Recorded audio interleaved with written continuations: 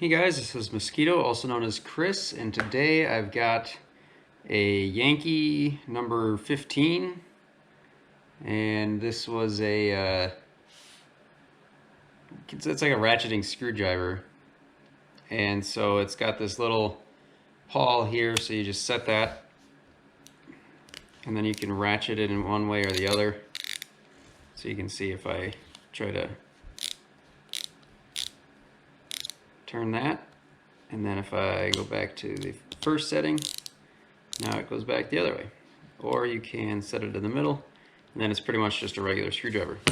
But today, what I'm going to do is hopefully take this thing apart. So, got my little magnetic parts holder, and yeah, let's start taking this thing apart.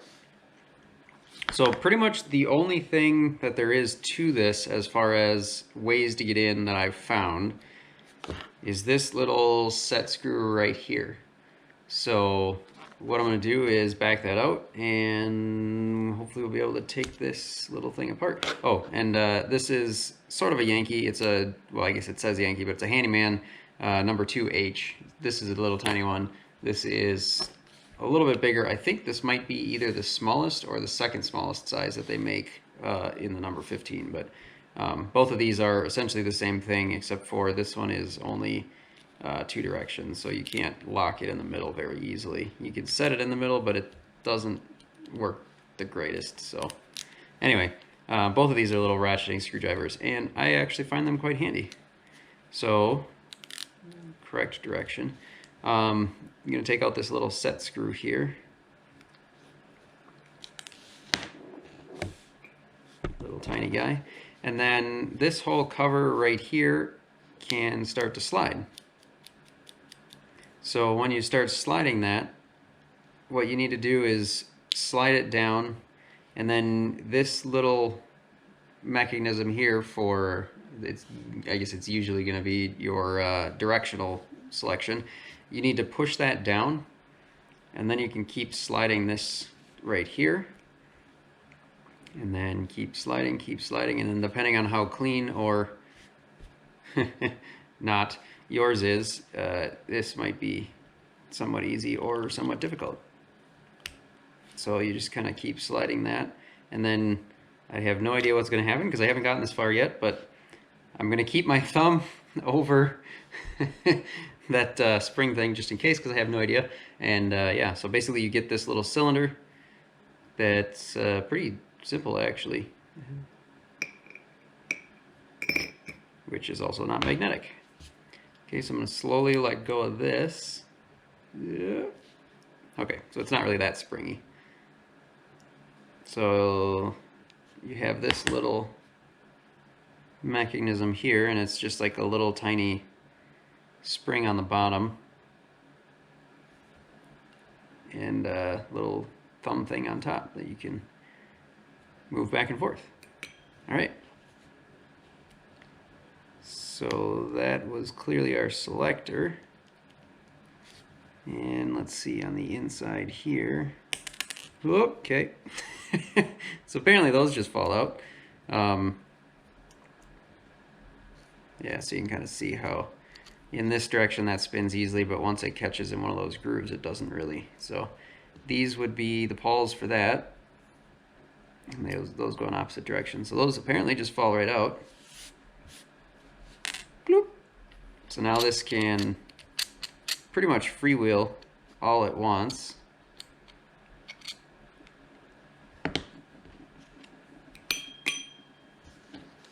So right here it looks like there's two little clips, and I'm guessing those will have to come out. So let me grab something else quick so I can get those little things out of there. Alright, so let's see how much trouble we can get ourselves in. I just have a little kind of pick tool.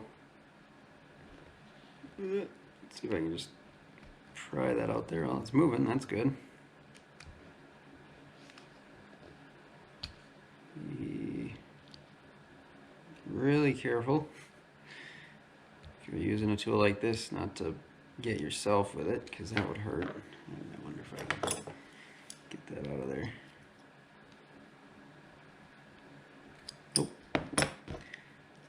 just continue to pry that out. It's coming out of there.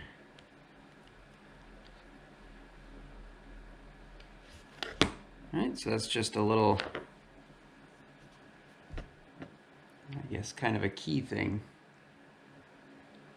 So once you get that little key out of there, you can pull this thing right up. I don't think I'm gonna see if this is able to be pressed off, because I don't know that it is, and I also don't know that I care, because I think I should be able to do all I want. And it looks like there's a little bronze or brass bushing here that'll ride on a bearing surface right in here. Interesting. There's another little key in the back. So let's see if we can't get that one out too. That's why you gotta be careful. Whew. Alright, oh, so this one is just a regular key. Come on. There we go. So this one just looks like a regular, almost like a woodruff key, maybe a little bit shallower, so there's no little detent on the top of it. Alright. Not gonna lie, I'm not entirely sure what that accomplished. Something down in there, but I can't quite see what it is. Let me grab a flashlight. No, it just looks like it's just a drilled out hole for this thing to go in, so nothing of note in there.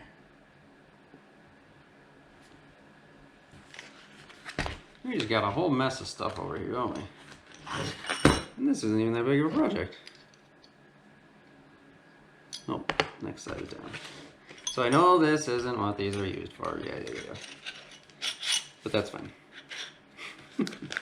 Sometimes you gotta do what you gotta do, right? So this is actually supposed to be for roll pins, but so I'm basically just getting one that'll fit, you know, kind of down inside that little recess that's in there. There we go. So there's that little hole in there, and it's just fitting in there, so I hit around the edge of it, not all of it.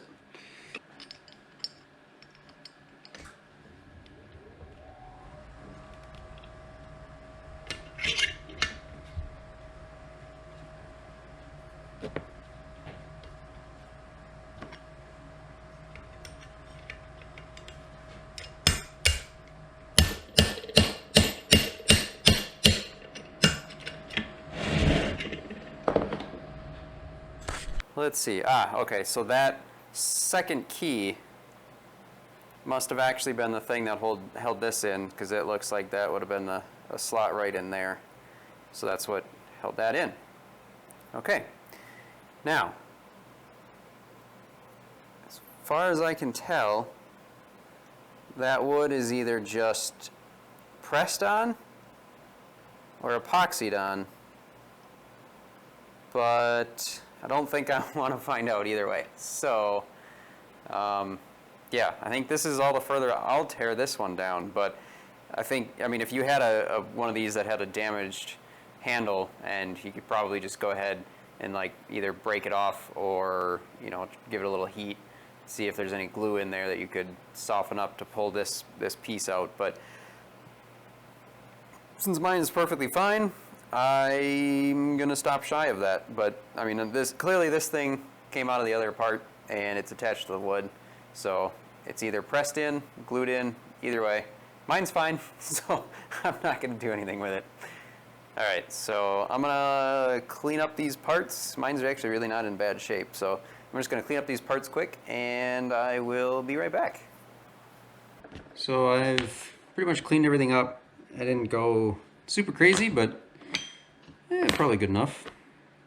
So I'm just going to go ahead and start putting this thing back together. Suppress fit. There we go. Oh, that was fun. Let's see, does that line up? Not quite. So I've got the handle in, now I've got my little, I guess, woodruff key-ish thing? Maybe?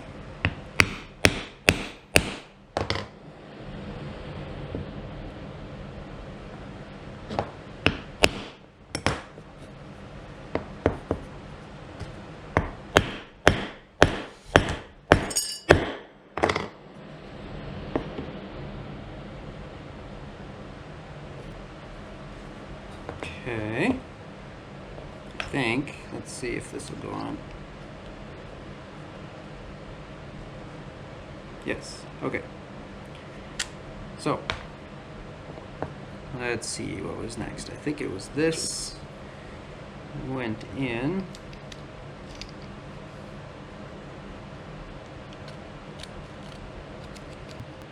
Alright, so now I'll put that other pin in there.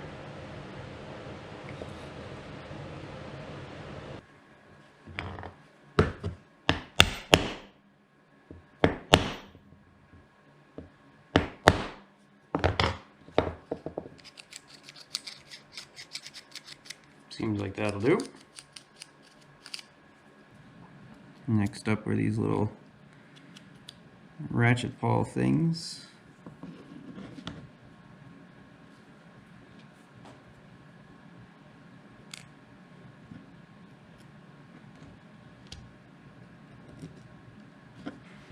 Alright, and this was pretty stained, so I did clean it up, trust me. So now I'm going to put this on there, and then this will slide up over there, making sure that you have this hole ready to line up. Slide it over that back key. Whew, now it's slippery. There we go.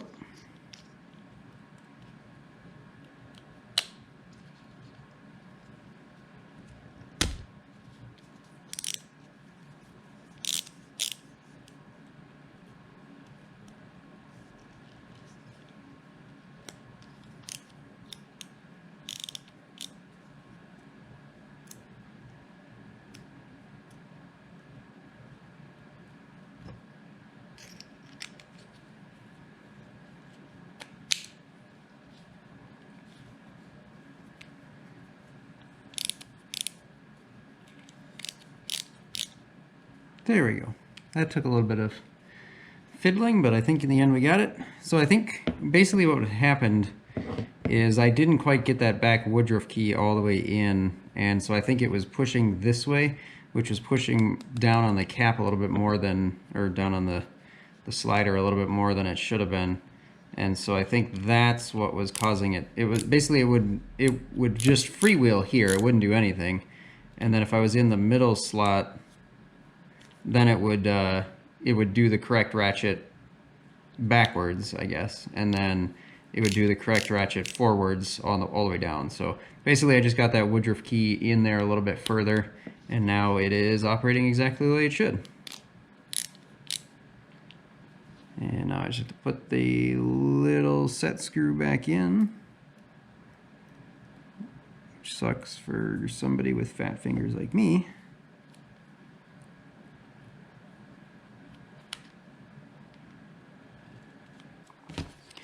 And with that, that is the Yankee number 15 ratcheting screwdriver, disassembled, cleaned up, reassembled, and ready for some action. So hit the thumbs up, the thumbs down, whichever one you think. Leave a comment if you think I really screwed something up. Or if you have one of these, let me know if you like it. But would appreciate if you subscribed. And until the next one, I will catch you later.